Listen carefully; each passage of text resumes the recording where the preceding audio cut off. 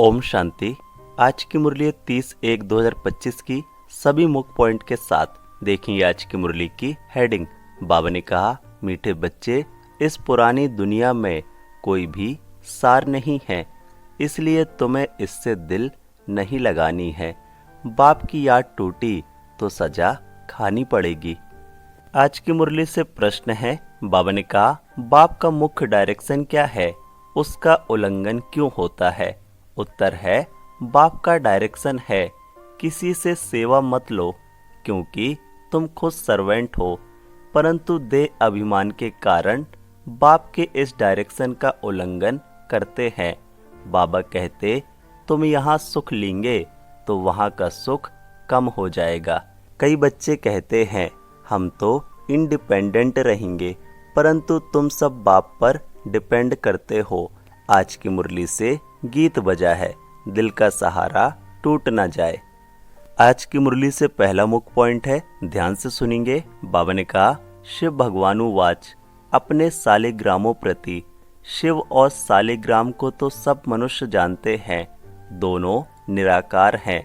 अब श्री कृष्ण भगवानुवाच कह नहीं सकते, भगवान एक ही होता है, तो शिव भगवानुवाच किसके प्रति? रूहानी बच्चों प्रति। बाबा ने समझाया है, बच्चों का अब कनेक्शन है ही बाप से, क्योंकि पतित पावन ज्ञान का सागर, स्वर्ग का वर्षा देने वाला तो शिव बाबा ही ठहरा। याद भी उनको करना है। ब्रह्मा है उनका भाग्यशाली रथ, रथ द्वारा ही बाप वर्षा देते हैं। ब्रह्मा वर्षा देने वाला नहीं है, वह तो लेने वाला है। तो बच्चों को अपने को आत्मा समझ बाप को याद करना है। आज की मुरली से दूसरा मुख्य पॉइंट है। बाबा ने कहा, बच्चों को इतना ज्ञान मिला है, वह भी समझा सकते हैं। प्रदर्शनी में बच्चे कितना समझाते हैं, ज्ञान तो बच्चों में है ना। हर एक की बुद्धि में चित्रों का ज्ञान भरा हुआ है। बच्चों को कोई अटक नहीं रह सकती। समझो पोस्ट पर आना जाना बंद हो जाता है, स्ट्राइक हो जाती है, फिर क्या करेंगे? ज्ञान तो बच्चों में है, समझाना है। सतयुग था, अब कलयुग पुरानी दुनिया है। गीत में भी कहते हैं, पुरानी दुनिया में कोई सार नहीं है, इनसे दिल नहीं लगानी है, नहीं तो सजा मिल जाएगी। बाप की याद से सजाएं कटती जाएंगी। ऐसा ना हो बाप की याद टूट जाए, फिर सजा खानी पड़े और पुरानी दुनिया में चले जाएं। ऐसे तो ढेर गए हैं जिनको बाप याद भी नहीं है। पुरानी दुनिया से दिल लग गई, जमाना बहुत खराब है। कोई से दिल लगाई तो सजा बहुत मिलेगी। बच्चों को ज्ञान सुनना है, भक्ति मार्ग के गीत भी नहीं सुनने हैं। अभी तुम हो संगम पर, ज्ञान सागर बाप द्वारा तुमको संगम पर ही ज्ञान मिलता है। दुनिया में किसको पता नहीं है कि ज्ञान सागर एक ही है। मुरली से तीसरा मुख्य पॉइंट है। बाबा ने कहा, माया छोड़ती कोई को भी नहीं है। देह अभिमान के बाद ही कोई ना कोई भूल होती है। कोई सेमी कामवश हो जाते हैं, कोई क्रोधवश। मनसा में तूफान बहुत आते हैं, प्यार करे ये करें, कोई के शरीर से दिल नहीं लगानी है। बाप कहते हैं, अपने को आत्मा समझो तो शरीर का भान ना रहे, नहीं तो बाप की आज्ञा का उल्लंघन हो जाता है। देह अभिमान से नुकसान बहुत होता है, इसलिए देह सहित सब कुछ भूल जाना है। सिर्फ बाप को और घर को याद करना है। आत्माओं को बाप समझाते हैं, शरीर से काम करते मुझे याद करो तो विकर्म भस्म हो जाएंगे। रास्ता तो बहुत सहज है, यह भी समझते हैं। तुमसे भूलें होती रहती हैं, परंतु ऐसा ना हो भूलों में फंसते ही जाओ। एक बारी भूल हुई, फिर वह भूल नहीं करनी चाहिए। अपना कान पकड़ना चाहिए, फिर यह भूल नहीं होगी। पुरुषार्थ करना चाहिए।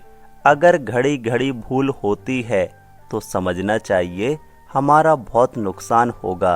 भूल करते करते तो दुर्गति को पाया है ना। कितनी बड़ी सीढ़ी उतरकर क्या बने हैं। आगे तो यह ज्ञान नहीं था। मुरली से चौथा मुख्य पॉइंट है, ध्यान से सुनेंगे। बाबा ने कहा जितना हो सके अंतर्मुखी भी रहना है, मुख से कुछ कहना नहीं है। जो ज्ञान में प्रवीण बच्चे हैं वह कभी पुरानी दुनिया से दिल नहीं लगाएंगे। उनकी बुद्धि में रहेगा हम तो रावण राज्य का विनाश करना चाहते हैं। यह शरीर भी पुराना रावण संप्रदाय का है, तो हम रावण संप्रदाय को क्यों याद करें। एक राम को याद करें, सच्चे पिता व्रता बने ना। बाप कहते हैं मुझे याद करते रहो तो तुम्हारे विकर्म विनाश हो जाएंगे। पिता व्रता अथवा भगवान व्रता बनना चाहिए। भक्त भगवान को ही याद करते हैं कि हे भगवान आकर हमें सुख शांति का वर्षा दो।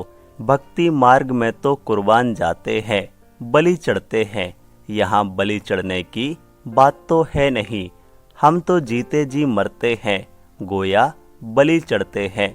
यह है जीते जी बाप का बनना, क्योंकि उनसे वर्षा लेना है, उनकी मत पर चलना है।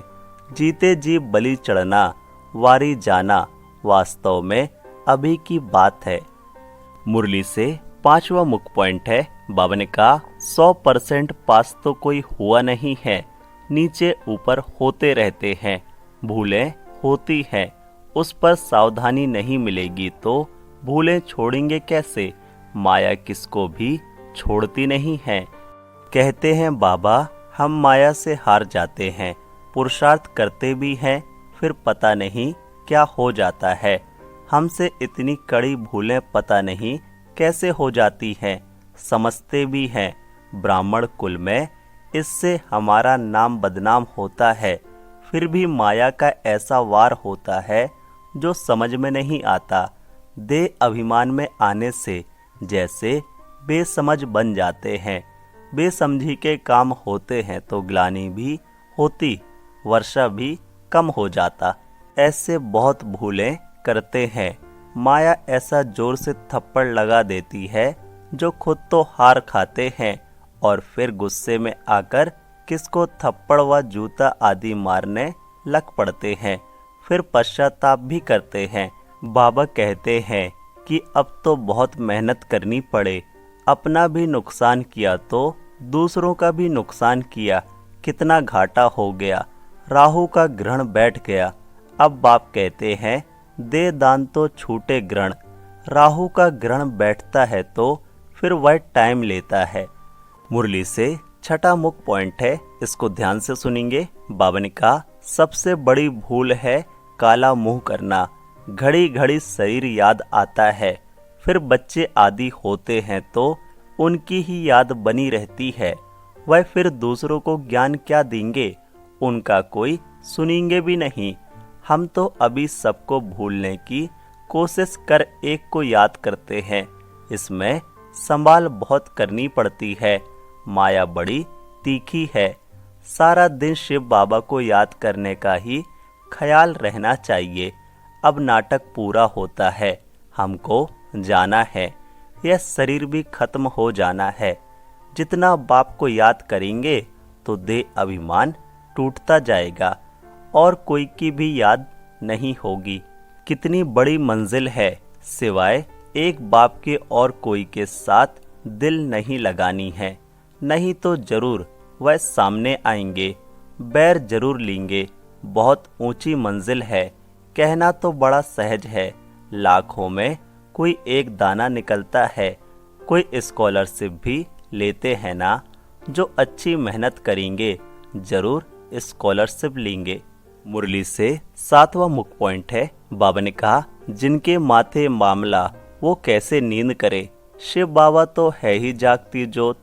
बाप कहते हैं मैं तो दिन रात सर्विस करता हूँ, थकता शरीर है, फिर आत्मा भी क्या करे, शरीर काम नहीं देता है।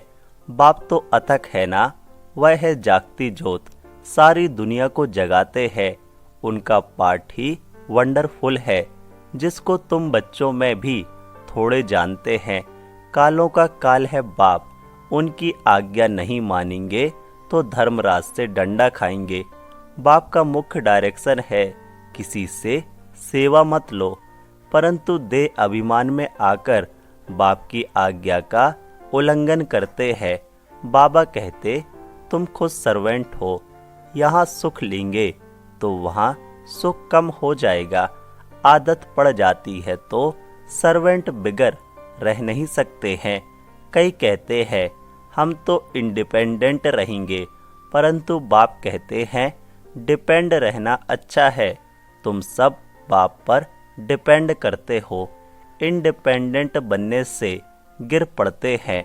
तुम सब डिपेंड करते हो शिव बाबा पर। मुरली से 8वां मुख्य पॉइंट है। बाबा ने कहा सारे ड्रामा में हीरो हीरोइन एक्टर हम है, कितना सहज है, परंतु तकदीर में नहीं है तो तदबीर भी क्या करे। पढ़ाई में ऐसा होता है, कोई नापास हो जाते हैं। कितना बड़ा स्कूल है, राजधानी स्थापन होनी है। अब जितना जो पढ़ेंगे बच्चे जान सकते हैं हम क्या पद पाएंगे। ढेर के ढेर हैं, सब वारिस तो नहीं बनेंगे। पवित्र बनना बड़ा मुश्किल है। बाप कितना सहज समझाते हैं। अब नाटक पूरा होता है। बाप की याद से सतो प्रधान बन सतो प्रधान दुनिया का मालिक बनना है। जितना हो सके याद में रहना है, परंतु तकदीर में नहीं है तो फिर बाप के बदले और को याद करते हैं। दिल लगाने से फिर रोना भी बहुत पड़ता है। बाप कहते हैं इस पुरानी दुनिया से दिल नहीं लगानी है, यह तो खत्म होनी है। धारणा के लिए मुख्य सार है। पहला, अगर एक बार कोई भूल हुई तो उसी समय कान पकड़ना है, दोबारा वह भूल ना हो। कभी भी देह अहंकार में नहीं आना है। ज्ञान में प्रवीण बन अंतर्मुखी रहना है। दूसरा पॉइंट, सच्चा पिता व्रता बनना है। जीते जी बलि चढ़ना है। किसी से भी दिल नहीं लगानी है। बेसमझी का कोई भी काम नहीं करना है। वरदान है, जुदाई को सदा काल के लिए विदाई देने वाले स्नेही स्वरूप भव। डिटेल है, जो स्नेही को पसंद है वही स्नेह करने वाले को पसंद हो। यही स्नेह का स्वरूप है। चलाना खाना पीना रहना स्नेही के दिल पसंद हो। इसलिए जो भी संकल्प व कर्म करो तो पहले सोचो कि यह स्नेही बाप के दिल पसंद है। ऐसे सच्चे स्नेही बनो तो निरंतर योगी सहज योगी बन जाएंगे। यदि स्नेही स्वरूप को समान स्वरूप में परिवर्तन कर दो तो अमर भव का वरदान मिल जाएगा और जुदाई को सदा काल के लिए विदाई मिल जाएगी। मुरली से स्लोगन है। बाबा ने कहा स्वभाव इजी और पुरुषार्थ अटेंशन वाला बनाओ। बाबा ने आज मनसा द्वारा साकाश देने की सेवा के लिए कहा, जैसे बीज में सारा वृक्ष समाया रहता है, ऐसे संकल्प रूपी बीज में सारे वृक्ष का विस्तार समा जाए, तब संकल्पों की हलचल समाप्त होगी। जैसे आजकल दुनिया में राजनीति की हलचल, वस्तुओं के मूल्य की हलचल, करेंसी की हलचल, कर्म भोग की हलचल, धर्म की हलचल बढ़ती जा रही है। उस हलचल से स्वयं को व सर्व को बचाने के लिए मन बुद्धि को एकाग्र करने का अभ्यास करते साकाश देने की सेवा करते रहो। ओम शांति। मेरा बाबा, प्यारा बाबा, मीठा बाबा। ओम शांति।